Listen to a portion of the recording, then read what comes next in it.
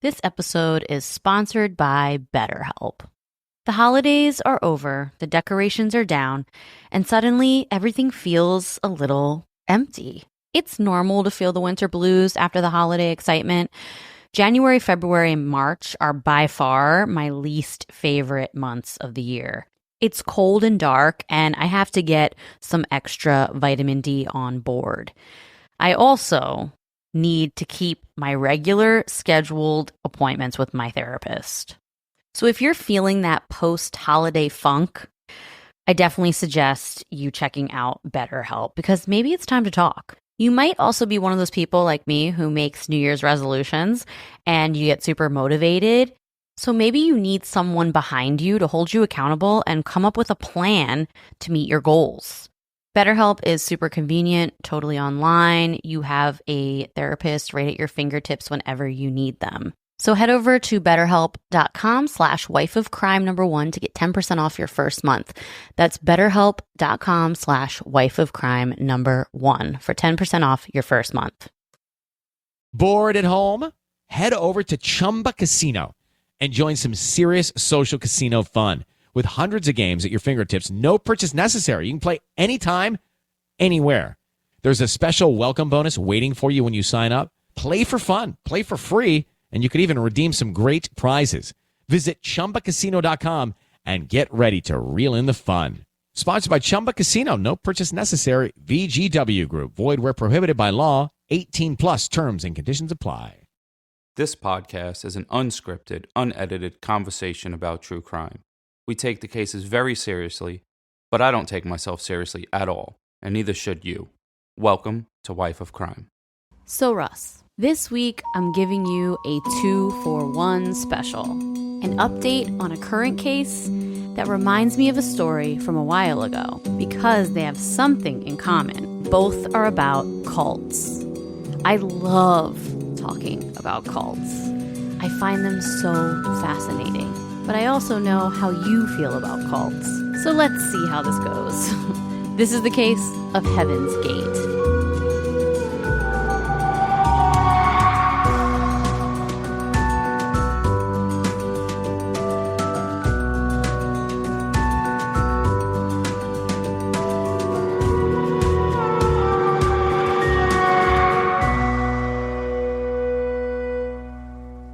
Hello, everyone. Welcome back to Wife of Crime, a true crime podcast where I tell my husband, Russ, all my favorite true crime stories, and he reacts to them. What's up? It's your boy, Russ. And this is Jess. I'm a little out of breath. I just went to the fridge to grab a beer before Jess pushed play. What the hell's wrong with me? Stay fit, stay alive, bro. Yeah, I'm fit. I'm not very round, but maybe I was trying to go fast. So, a few weeks ago, I put on the Patreon, I put a poll asking if they wanted to hear us talk about cults. Because usually in true crime, people who are into true crime, most of the time are really into cults. Like, I am fascinated by cults. And they overwhelmingly said, yes, they wanted us to talk about cults. But I've avoided this subject for a long time because me and Russ have very different opinions on cults. He thinks everyone in a cult is an idiot.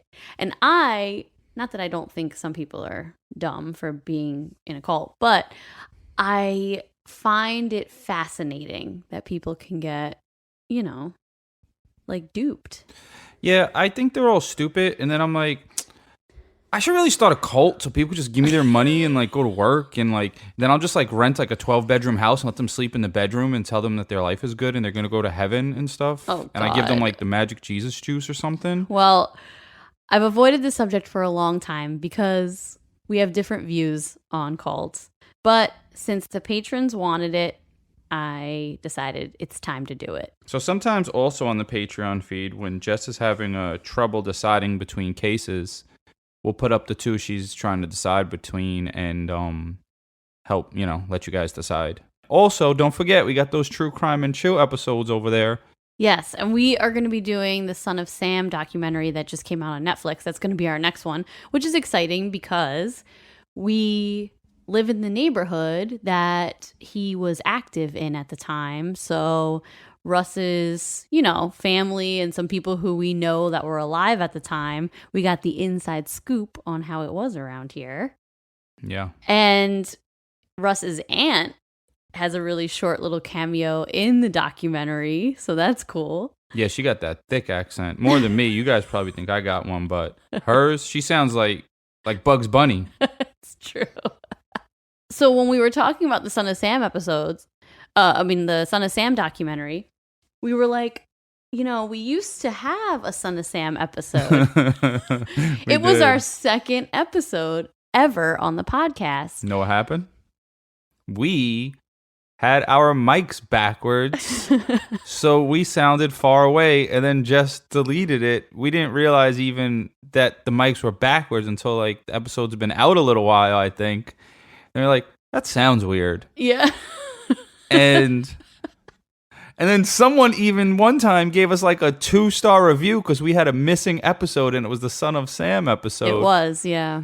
And the episodes are free. Relax. Don't get your panties in a bunch, Yeah, I was self-conscious about the sound quality. So once we had a decent amount of episodes, I deleted the Son of Sam episode because I was like, it sounds like crap. If this was the first episode someone heard from us, they would think all of our sound sounded that way.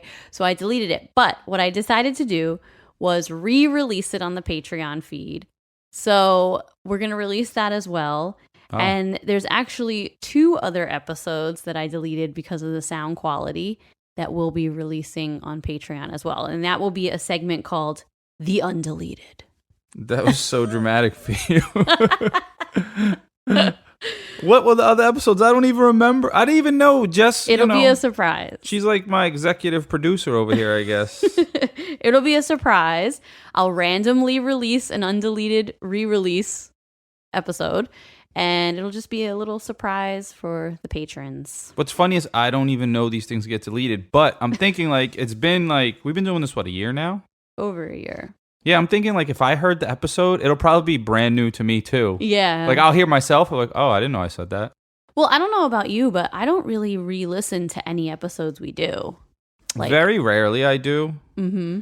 Sometimes I'm just curious. I'm like, wait, because what happens is someone talks about an episode on Instagram, and I'm like, we did that case? Or they'll mention something I said. I'm like, I didn't say that. And I'm like, oh, shit. Yeah, I look back sometimes and I'll listen to the, old episodes back in the day, and I'm like, wow, I totally forgot we said this stuff. It's kind of funny. So, yeah, there are 3 episodes that were deleted from the feed that I will re-release on Patreon. So, I've been doing reviews of the week not on a weekly basis. So we just call them reviews with Russ when he remembers. And this one is from Miss Christina 86. This actually is from Instagram. I normally read them from iTunes because that's where I get them, but she wrote us here, and it says, been listening to your podcast for a little while now, and it's by far the best I've listened to. I'm deaf addicted and have been binging out on all your episodes. I absolutely love you guys and your dynamic. It's so relatable and reminds me of me and my hubby and I. She typed this well. I don't like reading out loud. Jess is so phenomenal at laying down all the hard-hitting facts and has an awesome way of explaining everything. She's got such a great personality, and I love hearing her side and point of view on the cases. Russ makes me laugh my ass off, and I also love the input he has on every single story. He's def not the mold to me, because I've liked him from the beginning. There's some laughing emojis. Shout out to you with that good one. I think maybe it's because I'm originally from NY, and I'm used to it. Anyways, keep up making the amazing content, guys. Much love. Aw, that's so nice. What do you think she means when she says she's used to it? Because New York people, because of the way are super smart. No. People are like, I'm not used to hearing so much smartness, so no, like, he's mold. It's because people aren't used to hearing people be so straightforward and blunt. And when you come to New York, you're kind of hit in the face with bluntness. So that's what she means. Well, that's what's good about that, because like at least in New York, we're not wasting your time. It's true. You're genuine. If a New Yorker doesn't like you, then you know they don't like you. But if a New Yorker likes you, it means it's genuine. They really do like you. So, okay. It's time for you to do the patron shout outs. Oh, what's up, Patreons? We have a bunch of new ones this week. Yeah. Yo, good looking, folks. So this week's shout outs are Tiffany, Joss, Che, Emily, Tracy, Katie, Michelle, Jahan, and Erin. So, cheers to you. If you want to drink the same thing as me, I'm drinking Blue Point Toasted Lager this week. That's not a commercial either, but hit them up. Tell them they should, I'll do a good advertisement for them. All right, very good. So, I wanted to start this episode. This episode is actually going to be like a two for one. So, congrats to you. You get 2 stories in one episode. I wanted to talk about an update on the Lori Vallow and Chad Daybell case. And, I started talking about this case when it first kind of opened up back in 2019. And I've been following it throughout the whole year and a half that it's been going on. So a lot of people do know about it, but I'm going to give like a little overview about this case and just talk about where it stands now, and then I'll keep you guys updated. And then it's going to lead me into our story for this week. That's the one you posted on Instagram recently, right? Yes. I know a little bit about. Look at this. I'm turning into an aficionado. I'm not only a profiler, I'm a true crime aficionado. Yeah, there you go. So I'm going to give a little overview to remind you about what this case is about, because it's pretty fucked up and tragic. So in December 2019, 2 children were reported missing by their grandparents. 7-year-old J.J. Vallow and his 16-year-old sister, Tylee Ryan. Okay. So police were told, these kids have been missing by the grandparents. The grandparents called. They're like, I haven't heard from my grandchildren. Can you please do a welfare check?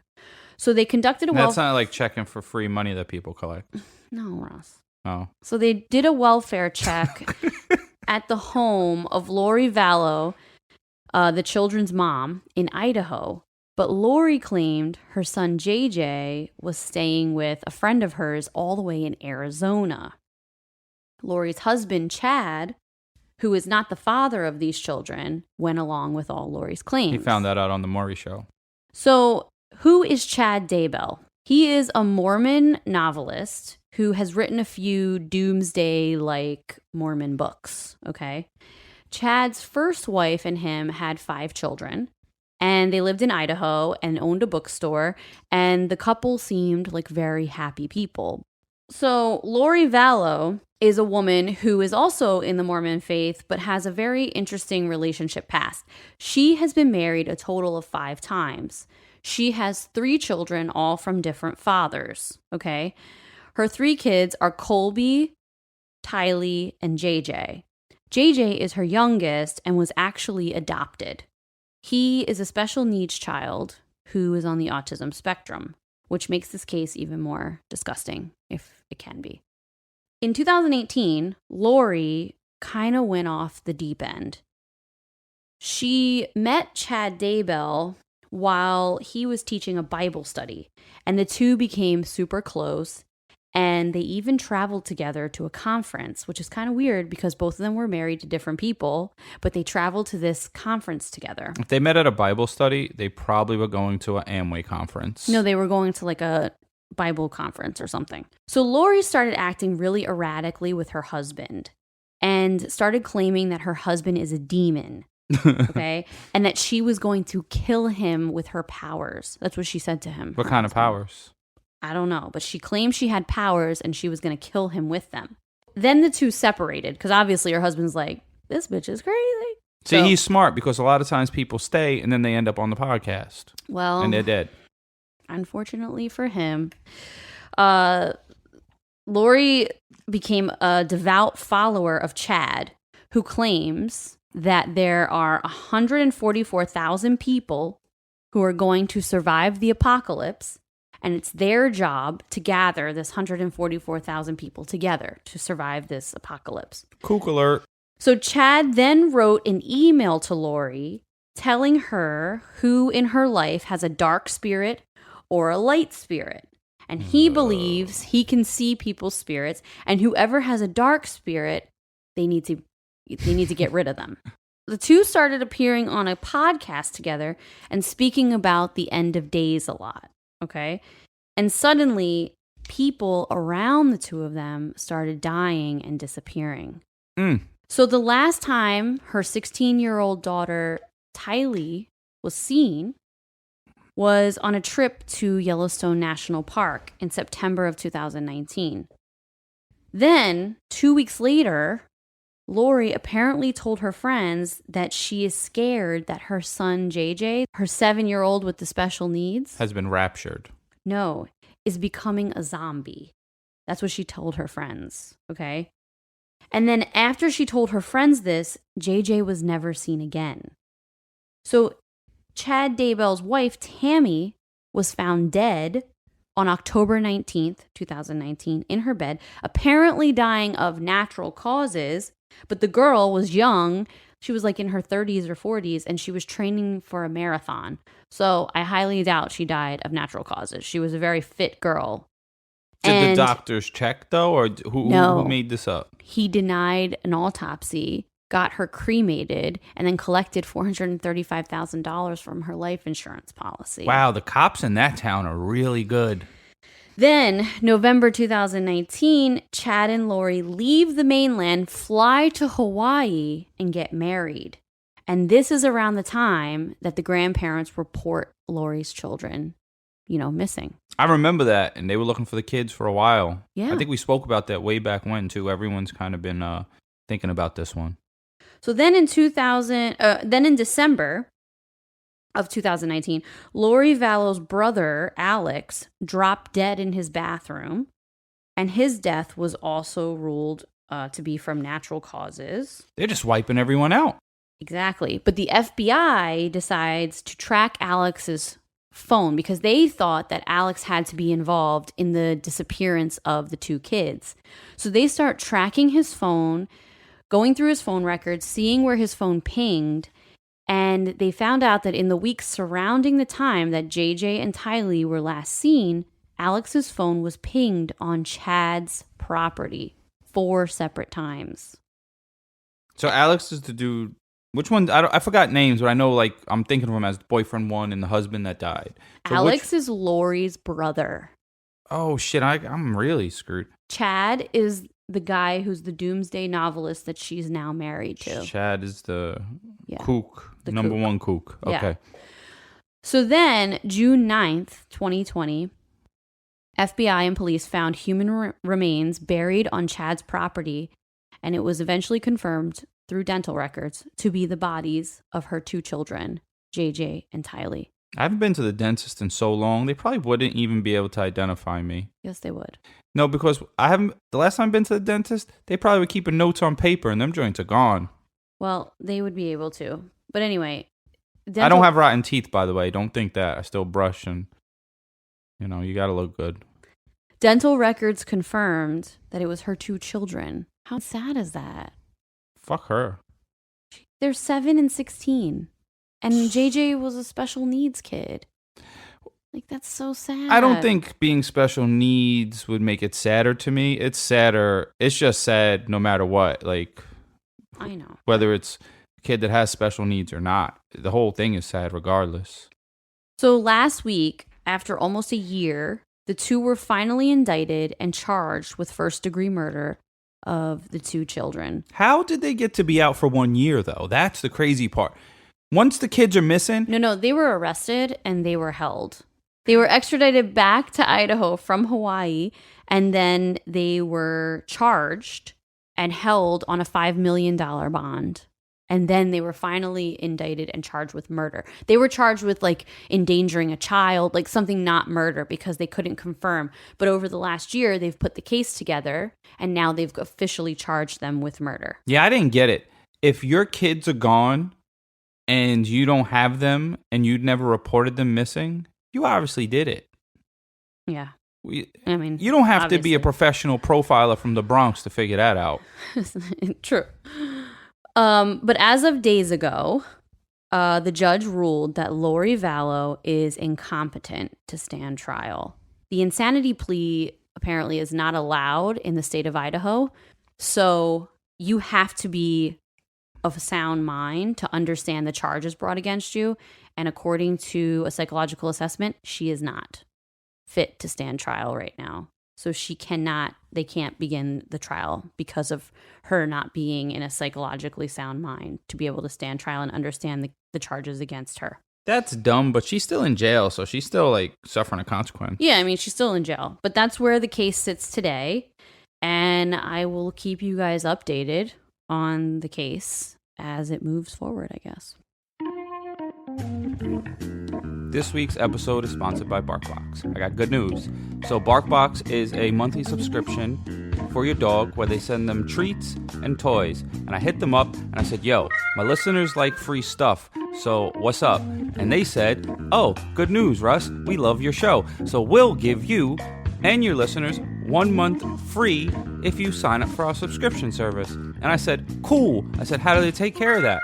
And they said, oh, so just go to barkbox.com/wifeofcrime, or they can click the link in the show notes. And this way we know they're your homies and we'll give them a free month. Oh yeah, they do themed ones, and you could do ones for big dogs, those super chewers, or you could even get them for those little poodles with the pink hair that you keep in your purse. So don't forget, go to barkbox.com/wifeofcrime to let them know I sent you and get your free month.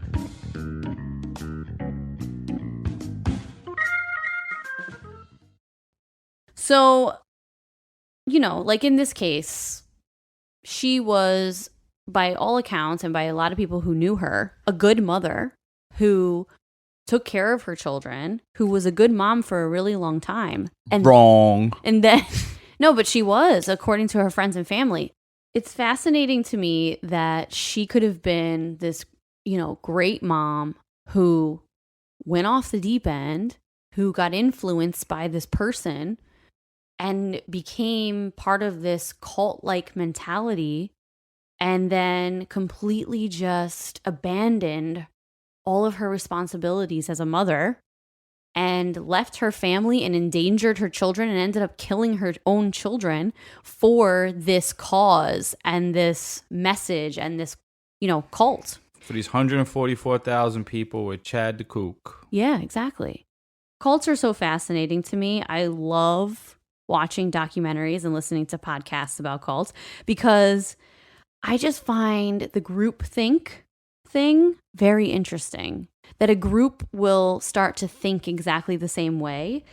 And it also, fascinates me that these people are so wholeheartedly following a system of beliefs without an inkling for just a second, like a question. Is this really okay? Is this really appropriate? Like, what is really going on? There's not even a thought. They are blindly following whatever belief system they are currently in. And it's crazy to me that people can do that. But isn't that kind of like every other religion? We're all following, not we're, because not me, but a lot of people are just following things on faith because they read it in a book or someone told them. I agree, but there is a difference between regular religions and cults, and I'm going to tell you what they are. There is a difference, but it's kind of, they're very close cousins. They are close cousins. They're related. I agree with you. They're related. A lot of cults stem from mainstream religion that go to an extreme level.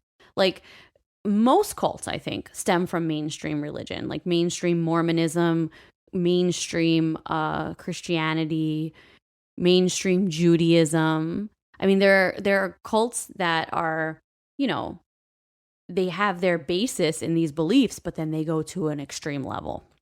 It's crazy how all the stupid, naive people all end up in the same place. So it's interesting that you say that because according to a lot of researchers that research cults and cult communities and people who end up being like, part of a cult like community or mentality, most of the people in cults are not stupid or slow. Maybe they're IQ not easily wise, influenced. No, they don't. But they are. They're there. So you know what the difference between a cult and a religion is? The religious people's God is dead. The cult's God is alive with them. Well, yeah. The person they worship. Well, yeah, usually that's part of it, but they also have cults that they worship the god that is not here, but the leader of the cult becomes their way to that god, or they see them as beyond human. So they're not necessarily worshiping the leader as God, but they see them as beyond human, closer to God. Joe Rogan has a really good little quote that he believes in what cults. What he thinks cults are and how he would describe it. He has actually a skit on it. I remember being good, but this is the only part I got. The difference between a cult and religion is with a cult, the founder knows it's bullshit. In a religion, that guy's dead. I mean, that's a good one. It is a good one. Because this person knows they're not Jesus. They don't remember walking on water. But the cult I'm going to tell you about today, the leaders, I do think they actually believed they were something other than human. And I'm going to go into their belief system later. But I wanted to talk a little bit about what I was saying earlier about who can become part of a cult. Because it's easy to say, I would never do that. I would never let someone say that. And to be honest with you, someone like you, I believe you probably would never be part of a cult because you're just incredibly independently thinking and you don't give a shit what anyone thinks or does, and you never give in to peer pressure. But other people who aren't necessarily as strong-willed as you might say, oh, I would never give in to that type of mentality. I would never be part of a group like that. But there is an experiment called the Asch Conformity Study, and it's been conducted many times, throughout history, hundreds and hundreds of times. And this is a study where one participant in the study is not aware of the experiment. They know they're in an experiment, but they aren't aware of what's going to happen. But the other 5 participants are. So they bring 6 people into a room, and they all sit at a long desk. And in front of them, they show straight lines on a paper, 4 of them, okay? And the person conducting the experiment, he says, line number 1 is the same length as what other line? 2, 3, or 4. And then they go down the group one by one, and each person in the group has to say what line they think line 1 matches. So the right answer is 3. But everyone in the room, they all are aware of the experiment, so they say 2. So they go down the line. It goes, it's number 2. It's number 2. It's number 2. Then you get to the person who isn't aware that this is an experiment and all set up, and they look around because they're like, no, it's not. It's not number 2. It's number 3. But they don't want to say that. They don't want to look. They're like, wait, everybody else is seeing that it's number 2. Maybe it is really number 2. Maybe there's something wrong with my eyes. That's how you would think. No, it's not. You'd be like, you like to conform a bit and not rock the boat. You'd be like, well, I'm not going to say it's that one. Everyone else did. I guess I got to be woke on the line movement. So, whatever. So, and I'd be thinking, man, this room's full of dumb people. Well, exactly. So 2/3 of people who they put in this experiment go along with the group. No way. 2/3. And they're all people from different backgrounds, different mentality, different socioeconomic backgrounds, different education levels. They don't have any common factor that makes them conform to the group.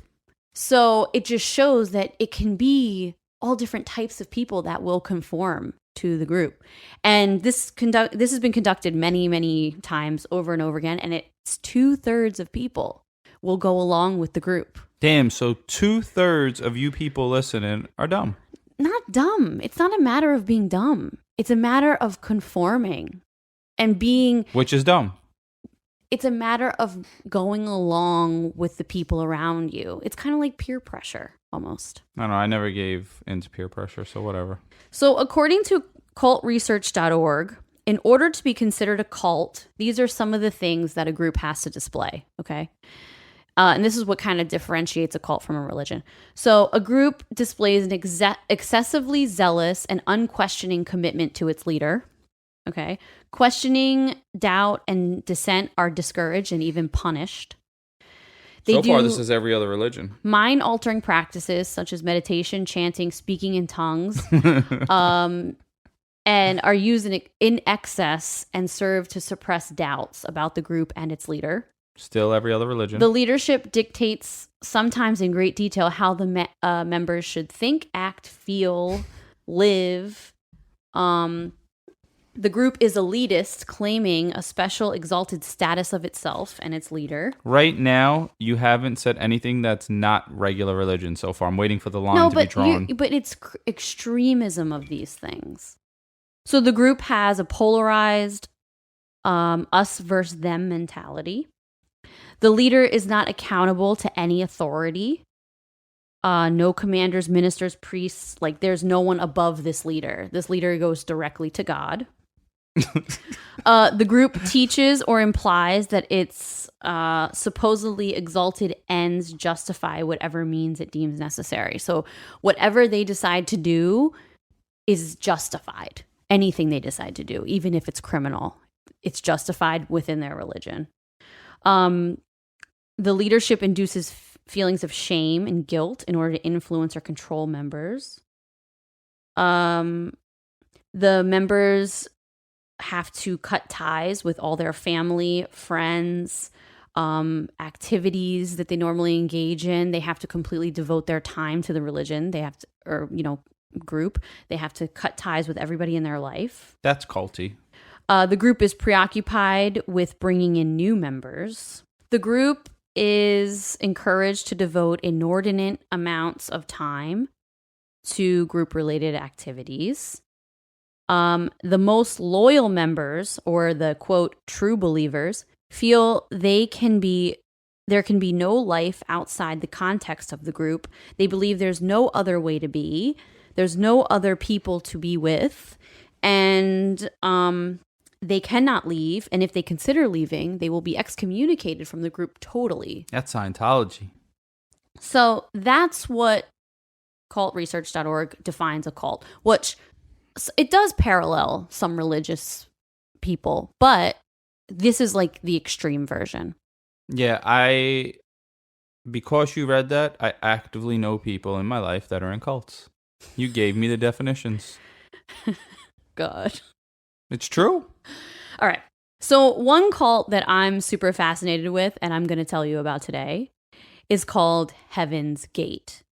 They existed between 1976 and 1997. Well, they had a good run. And the group's end came through the largest mass suicide ever on American soil. Are you ready? Yup.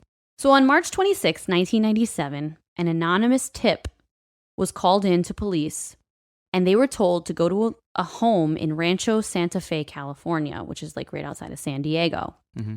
They found the bodies of 39 people, all laying on their backs, covered in a purple silk shroud, with their hair cut short, black tracksuits on, with black Nikes with a white check. It's not like they're making a music video before they off themselves. Well, they all were wearing matching outfits. They wore matching outfits, black tracksuits with black Nikes with a white check. And interestingly, all of them had $5.75 in their pockets. Maybe that's the price of a Metro card in heaven. I don't know. The group was made up of 21 women and 18 men. It was quickly determined that this was the mass suicide of a group who had been in and out of the media for the last 20 years. A UFO cult called Heaven's Gate. There's UFOs, though. You guys see the news lately. So they're coming. Well, they believed that they were coming a long time ago. So the group was led by two people who claimed that they were the two witnesses prophesied about in the book of Revelation. Oh, jeez. They called themselves the Two and referred to them. That name is hilarious. Like, what are we going to call ourselves? What could us two call ourselves? Bingo. The Two. They called themselves. I wonder what the names that were on the list they canceled out were.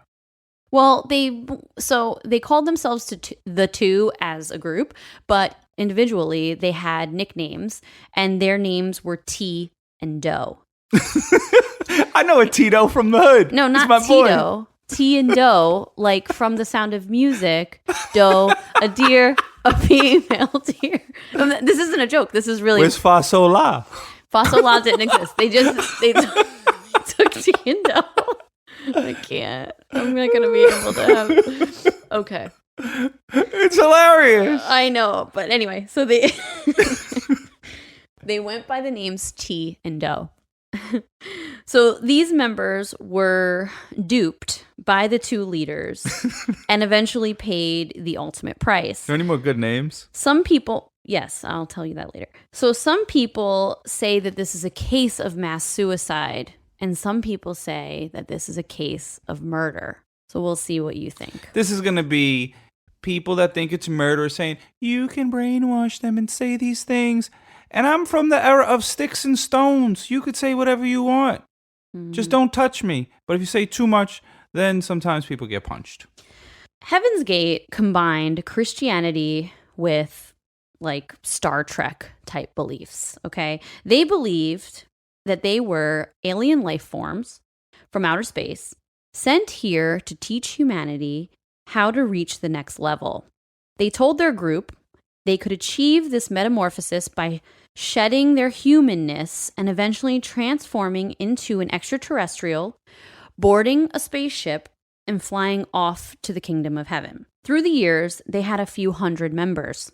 But as the group dived deeper into their own world and the group leaders started changing the rules, changing the narrative a bit, it dwindled down to about 45 core group members. They isolated themselves from society and engaged in some pretty off-the-wall behavior. So the leaders, T and Doe, were actually a man and a woman by the name of Marshall Applewhite and Bonnie Lou Nettles. Marshall was raised in a very strict Christian household. His father was a minister. Throughout his childhood, the family would move from place to place and start new churches. So they were like, you know, planting a church here. They would stay there for a year. He would preach. Then they would leave, move to another area, and build another church. Marshall aspired to be just like his father and was very devoted to his Christianity all through childhood. And he even went, decided he wanted to go to seminary after high school. Is that like pastor school? Yeah. So he joined seminary school, but after about a year, he dropped out because he decided he loved music and he wanted to go to college and get a degree in music. Last year, Save More Money was the most popular New Year's resolution in America. Clearly, a lot of us feel like our money is slipping through our fingers. Well, I don't know about you, but I'm not the best saver, and I don't know much about investing until I started saving and investing with Acorns. Turns out you don't have to be an expert at all because Acorns will recommend a diversified portfolio that fits you and your money goals. And I always thought that when people say, ooh, I invest in stocks, that they had a ton of money or something. Well, you don't need to be rich. Acorns lets you invest with the spare money you've got right now. You can literally start with $5. And you know you guys are spending that at Starbucks on these fancy lattes. So skip the coffee and invest with Acorns. You don't even need a ton of time. Like you can just sign up and start investing within 5 minutes.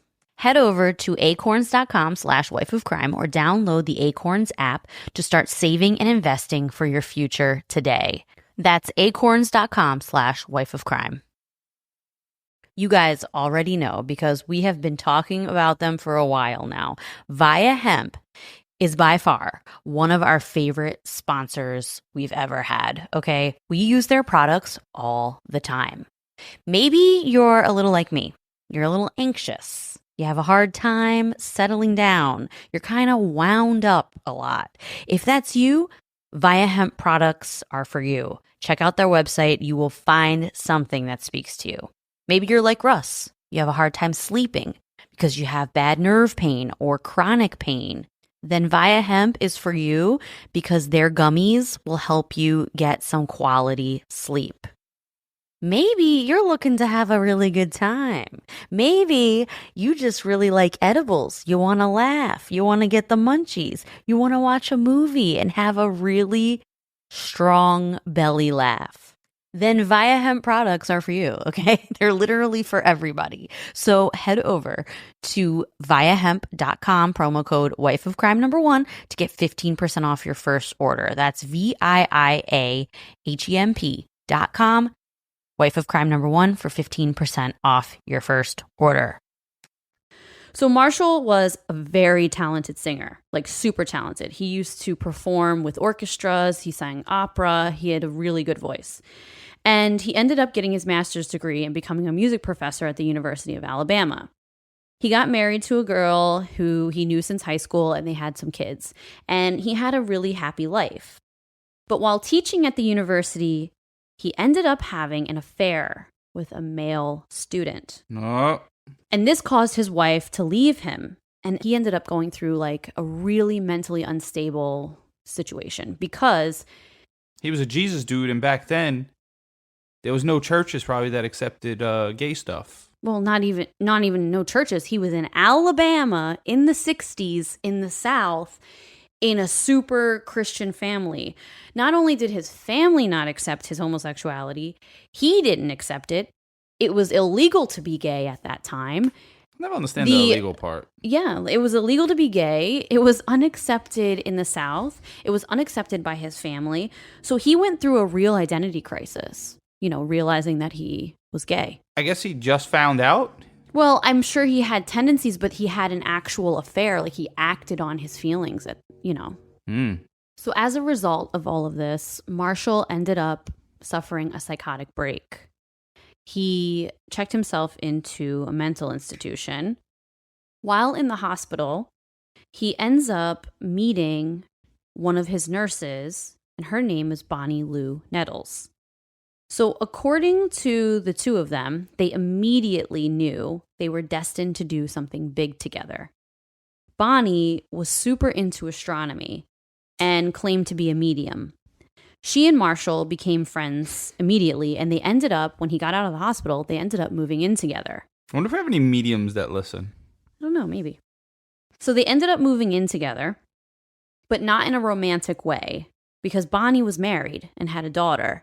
And, Marshall moved into their house, and they were planning this thing that they needed to do together. They didn't know exactly what it was, but they knew they were destined to be together to send a message to the world. And over the course of about a year, they talked about what this message was. And they believed that they were, in fact, alien life forms who were from the kingdom of heaven. They believed they were also the second coming of Christ. So they're Jesus aliens. Yes. They believed that they were the second coming of Christ, but they were also extraterrestrials who needed to shed their humanness to become a full-blown alien, and then eventually they would board a spaceship and fly off to heaven. Since they were trying to figure out what they were going to do together, that was like a big deal. I'm wondering about their list too. Like, what did they scratch off? I don't know. I do wonder as well. Fly. I wonder as well, so here's my thought on this whole thing. They knew their religion was bullshit. So this is my thoughts, though. He's in the middle of a psychotic break. He's in a mental hospital. According to people who worked with him, they said that he started having schizophrenic type episodes where when he would talk, he wouldn't make any sense in his sentences, which when you talk to someone... Like some of our views say about me. Well, no, but when you talk to someone who's schizophrenic and they're having a psychotic episode, or even someone who's manic with a psychotic episode, they speak in a sentence that makes zero sense. Sometimes people call it word salad. It's when they put a bunch of words together in a sentence. And when you're someone who's psychologically sound, it's very difficult to do that. Like, if you stop for a second and you try to put a sentence together that makes no sense, it's going to be really hard for your brain to do it. Yeah. It's hard to do. I was trying to do it in my mind. Yeah, it's really difficult. But people who are having a psychotic break, they jumble their sentences together and they say things that make no sense. And people around him said that that's what he was doing at the time. So I firmly believe that he was having a full-blown psychotic episode, or schizophrenic episode even. And the problem is, Bonnie, she's a freaking nurse at this hospital. And she knows this patient is psychotic. And she's coming in, influencing him. So in my mind, she's the real head honcho leader of this cult. She's the one in control, because you step into a situation with a vulnerable person, and then you know they're schizophrenic, and then you claim that you guys are aliens together and you're here to save the planet or save these people by being extraterrestrials. Like, she completely took advantage of the situation. And that's what caused, them to end up living together. It's a possibility. So she is the person who really controlled all of this.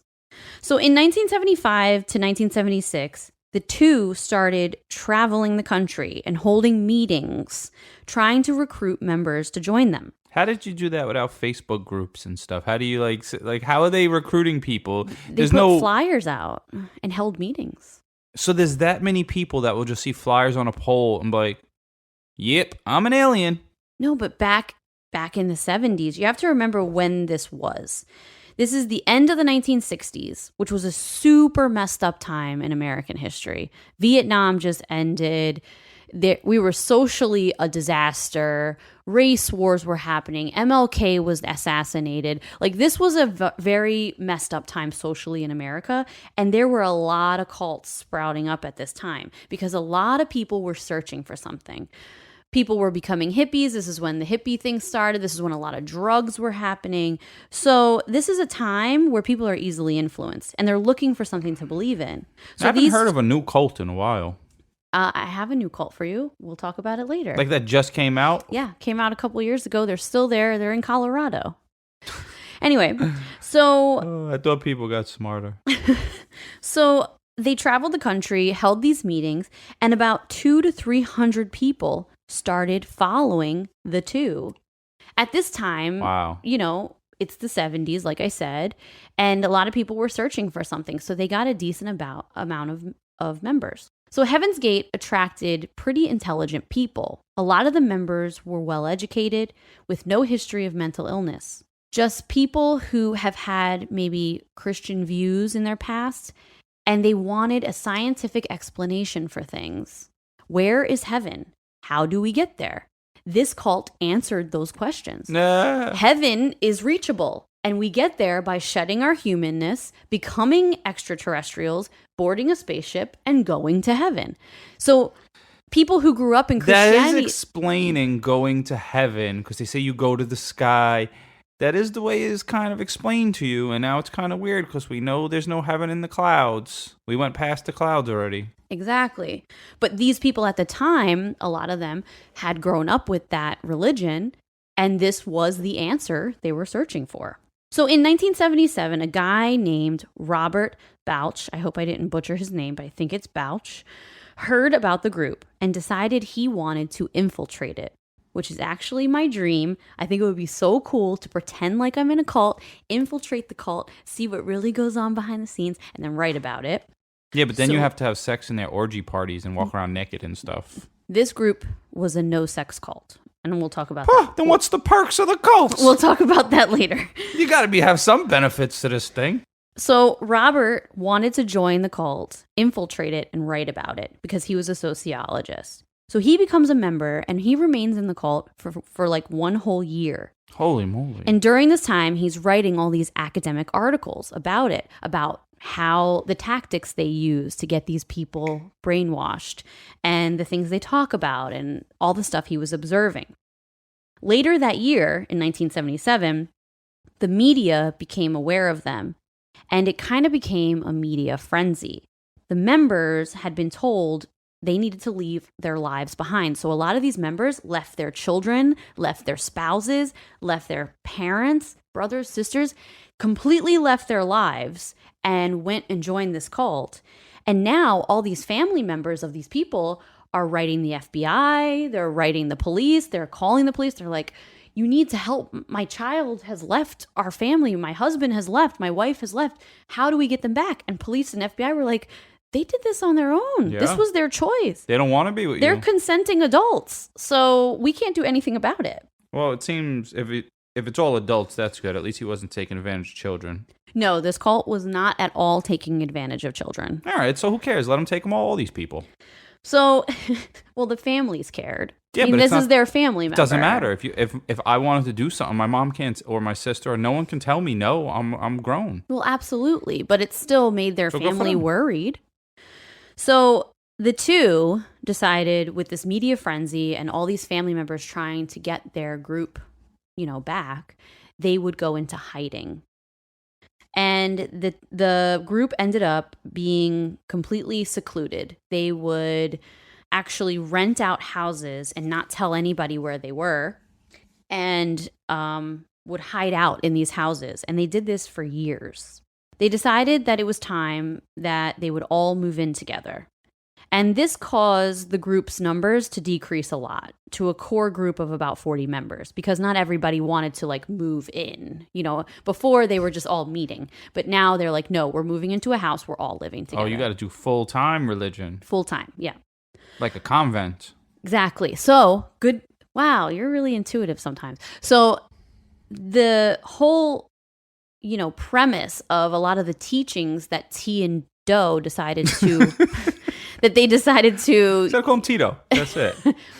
The things they decided to, implement were really based on nuns and priests. And they used a lot of stuff that happens in a convent to be kind of like a basis for this, way they live. We got a lot of nuns around here, and they're always playing volleyball and soccer. We do. We have a convent up the street. Shout out from to us. the nuns with the sports swag. They're so cute. But I wonder if they were in good athletic shoes when they're doing all that running. You can't see it with their long gowns. Yeah, you can't see it there, but they're really cute. Maybe wearing sandals like Jesus. They are literally a block away from us, and they're always playing. They're riding bikes. I always want to bother them a little, but I Don't wouldn't know how to bother them. Not bother them in a bad way, but they got to be some good questions to ask a group like that. Maybe, can I play? Hey, can I play? I don't know. I wonder if they would. What, they let me play some They play basketball and volleyball all the time. Yeah, I'll be out there with them. No, they're so cute. And they'll love me because they haven't seen a man in forever. Well, maybe the priest, but Of course they have. I mean, yes, they have seen men I'll be a hit. around. Oh, shut up. Stop. So, anyway, the 40 members move in. They all live together now. And T and Doe decide to write a book and kind of form a set of rules that need to be followed. And some of the rules included no questioning the teachings. They must change their names. So, interestingly, they all changed their names. And they added O-D-Y to the end of the first three letters of their names. So, for instance, your name in the cult would have been Russody. oh, that's a terrible one. Mine would be Jessody. Were they speaking pig Latin? I don't know, but that's what they did because they wanted to get rid of their human names and create a new identity. They sound very dumb-o-d. So they needed to live also as gender neutral. They became completely celibate. And this was influenced, like I said, by monks, priests, and nuns and the way they lived. They had to also change their language and how they referred to things because they didn't want them to think of things in a human way anymore. So now the brain is called the computer. The body is now called the vehicle because they said this isn't a body, this is a vehicle for your extraterrestrial being to live in. This is just your vehicle on Earth. The kitchen was called the Nutrilab. Nutrition lab. Yeah. The two claimed that this, way of living would shed their humanness and disassociate them from being human. The group lived together like this for the next 8 years. How'd they pay the bills?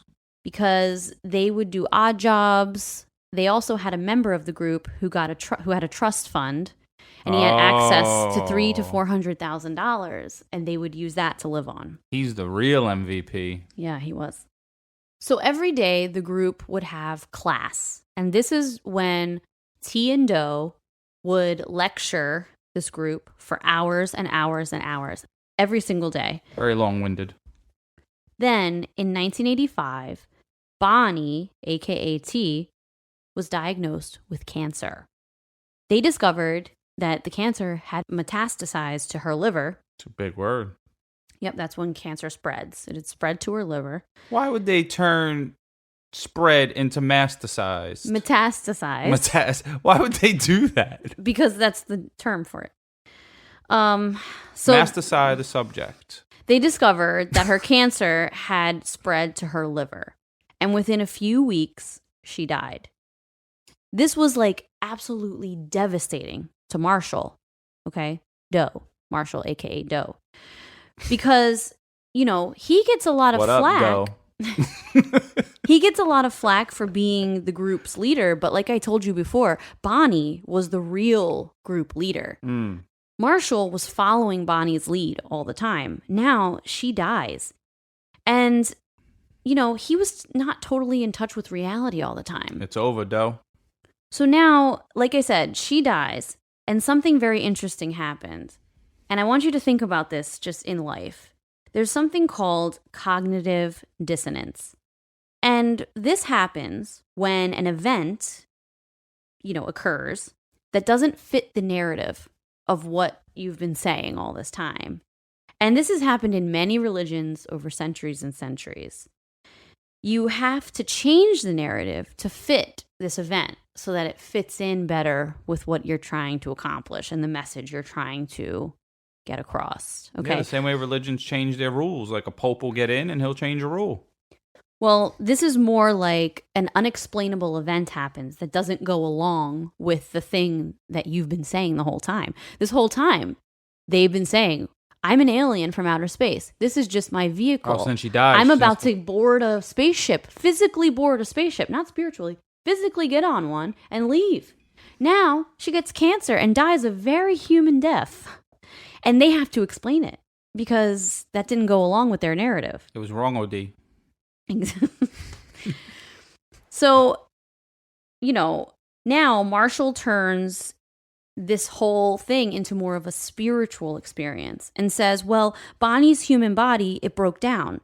She's actually up in heaven now. She got there and she's just waiting for us to eventually join her. So Doe is now the single leader of this group, and it becomes way more biblical in nature. He starts talking about the end times a lot. He also holds a ceremony where he has all the members marry him. And they all end up wearing gold wedding bands. And he kind of transforms himself into their Messiah. And the loyalty shifts in the group from loyalty to the message to now loyalty to the messenger. Like a pastor with a mega church. Yeah, except there's 40 of them and they all live in a house together, so it's not mega. Like what's that dude who got the church in Houston but wouldn't let the people stay there when there was floods? Oh, yeah. Joel Osteen. Osteen, yeah. Fuck you, Joel Osteen. So, Doe ends up telling one of the men in the group that he's becoming attracted to him. And, you know, Marshall... Oh, that's right, he was already gay. Yeah, Marshall's gay. And this man that he's attracted to is also gay. He had to know. Well, this creates a lot of turmoil. Because you're not going to shoot your shot if you have 0% chance. No, he didn't do it to shoot a shot. He did it to tell him, I'm becoming attracted to you. We need to do something because this is not okay. Because they were a zero-sex cult. They did not believe in having sex. They wanted to be celibate. They didn't believe in having any human-like desires. So this, in turn, creates a ton of inner turmoil for Marshall because he doesn't want to be attracted to men. Being gay is something that he's had a huge crisis with for a long time. And I personally believe is the reason that he was so adamant about there being no sexuality in this cult, because he was ashamed of his own sexuality. Or he could have been like, if I'm not going to have sex, no one else is either. I don't think it was from that. No. I think it was more a shame thing. I bet you're probably right. 'Cause back then it was very shunned upon. Exactly. So Marshall decides, along with another 7 to 9 men in the group, that they should castrate themselves. Oh! He, presents the idea to the group. That cult is getting bad for the members. They get no sex. They get their balls cut off. Well, they chose this life.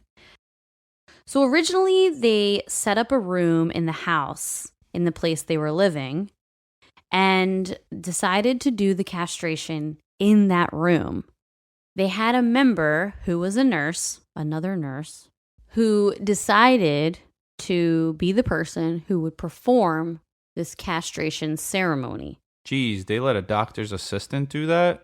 Shut up. Stop making fun of nurses. I mean, it is annoying to me that the leader was a nurse and now this girl is also a nurse in there, being a nurse myself. Shout out to all the doctor's assistants that listen Shut in up. Virginia. Stop saying, and they weren't from Virginia. They're from Vermont, and stop calling nurses doctor's assistants. You're going to get slapped. I hate that. Don't even. You're getting punched. Go. Anyway, so a nurse. Sorry, I said Virginia. I guess it was just. I remember it started with a V. Vermont. Yeah. So anyway, a nurse that was in the group decided that she would be the person who would perform this castration. And, the first guy, they flipped a coin to decide who the first person would be. Because Doe, the leader, didn't go first. They flipped a coin for one of the other guys to go first, which is very interesting. So one of the members, biggest bet of their life, went in there. And she chopped off his balls, but there were complications. You don't say. And he got really sick. And I think he probably went into like shock from loss of blood or whatever. They ended up having to rush him to the hospital. They tried to not take him to the hospital because they didn't want anyone questioning anything or any police coming around. So they kept him there and he got sicker and sicker. And then eventually they had to take him to the hospital. And one of the other members of the group took his balls and threw them in a river. Seriously, threw them in a river to get rid of them. Just put a sound effect there. Like, he threw him in the river. Bloop. Anyway. So after that ordeal, and he got really sick, Marshall ended up finding a couple doctors who would perform a castration for him and his members. And about 9 men ended up being castrated surgically by these doctors. Damn. And then in 1991, this is when a lot of talk started happening about the end times because, as you remember, being, a kid and teen in the 90s, the 2000s were approaching and people started freaking out. And it was like, you remember like all the stupid Y2K stuff. Why? Well, I only thought that made sense because they were telling me, the people that made the computer, that the computers might all reset. Yeah, that's so, true. Like, my knowledge is as far as television educates me. Yeah. And then also a lot of like the Christian groups and stuff were all convinced that, that the millennium was going to be the second coming of Jesus. And that's when the whole Left Behind stuff came out. Oh my God. And I watched that cheesy brainwashing movie when I was a kid about like the rapture and stuff. Yeah. So, oh, jeez. The brainwash was real. They failed though. So the group decided, because of all this talk of end times, that it was time for them to really amp up their recruitment. And they put an ad out in USA Today, and they started touring the country, talking about their religion, talking about, the UFO that they're going to board and exit off Earth and go to Kingdom of Heaven. So they were heavily criticized, as you might imagine, and it proved to be very unsuccessful. So Doe decided it was getting time for this class to graduate. That's what they called it, graduating, and moved to the next level. In 1997, there was a Hale-Bopp comet. Do you remember that? The Hale-Bopp comet? No. It was a comet that was a huge deal because it was really close to Earth. You could see the comet with your naked eye. And you can look it up now, all the news coverage on it. You could see the comet with your naked eye, and this was the first time that people on Earth could see a comet since the 1500s. So it was a really big deal in 1997. And there were a bunch of like UFO conspiracy theorists who they took a picture of the Hale-Bopp comet, and you see this other like orb near it. And I'm a UFO conspiracy theorist. I know you are. That's why I thought you'd find this cult interesting. So yeah, we know we're not aliens, but we know there might be some up there. There's some up there. Oh, I believe in that there are definitely aliens. Well, we're an alien to another species, so whatever. Like, absolutely. Yeah. Like, we're just, and hopefully we don't find any in our lifetime, honestly. Well, in my mind, like, obviously I'm not in a cult and believe that I'm an extraterrestrial. However, I mean, logically, when you just think pure logic about space, what could be out there? We are Mathematically, one it solar seems system. impossible. Exactly. We're one solar system in a galaxy that's huge. And how could there not be other life forms? Yeah, around? exactly. I think it's very self-centered of us to think that we're it. So, anyway, a picture was published of this comet, and there was an orb near it in the picture. And all these UFO conspiracy theorists said that this had to be a UFO.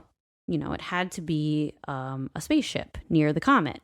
So Doe took that belief and said, "It's time! Our ride has come! Our ride to heaven is here. So let's board the spaceship." Holy moly. So the group ended up conducting exit interviews, and you can look them up, or you can see them in the documentary where I got most of my information on HBO called Heaven's Gate, Cult of Cults.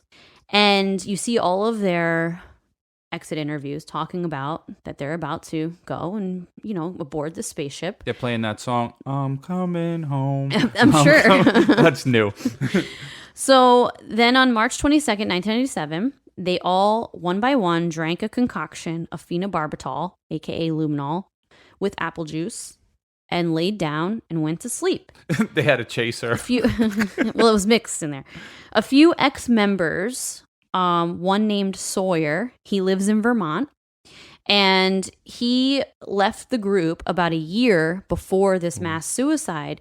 But he left the group not because he didn't believe in what they think. He actually still, to this day, believes everything that they believe. He left the group because he couldn't stop masturbating. And he felt like he failed the class. But if you masturbate in private, it's okay. No, not to them. You were not allowed to do that. You were not allowed to be sexual or sensual at all. So he... Probably wasn't even that much. Well, he believed that he failed the expectations of the class. So he voluntarily left, even though he believed everything that they believe. And to this day, he lives in Vermont now, and he still believes everything. And he believes that he failed that class, but that he's still eventually going to make his way to, the kingdom of heaven on a spaceship. I bet you $50. He's still masturbating. Maybe. That's why he's still here. So you can find, a really good podcast about Heaven's Gate. It's called Heaven's Gate. It's a great podcast. It's like a 7-part series. I listened to it about a year or two ago. And then HBO Max has this documentary called Heaven's Gate, Cult of Cults. And obviously I gave an overview, but there are so many more details in this documentary. And there are tons of interviews with ex-members. There's tons of footage of all the members. There's footage of T and Doe and them lecturing their group and the things they used to say to them. And it's so fascinating to watch it all play out. I don't think I would watch it. I would just be like, I can't watch this long of dumb people. When you watch it, you kind of see, not that you see where they're coming from, but you see that these people were wholeheartedly just wanting to believe in something and wanting to be part of this group and wanting to live this lifestyle. And they truly believed in what they were doing. And this was not like willy-nilly for them. And the group leaders, Doe, anyway, Marshall Applewhite, I think that he believed himself that he was doing the right thing. I think he was, probably unmedicated schizophrenic who imagine wholeheartedly believed all this stuff. Got to be kind of like a funny place to be if you're in a place that's led by a schizophrenic and everyone's listening to the things the schizophrenic says. But he wasn't saying things. When you hear him talk, he wasn't saying things. I mean, obviously the things he was saying was ridiculous, but he presented it in a way that you believed that he believed it. It was really interesting. So sometimes you see people that say dumb stuff and they're wrong and they're wrong, but they believe that it's right. It happens all the time. Yeah. And then, that's why I just don't argue with people that are wrong. If someone's wrong, I'm like, cool, be wrong. Yeah. So that's the story of Heaven's Gate, one of the most notorious cults in America. And I find it super fascinating.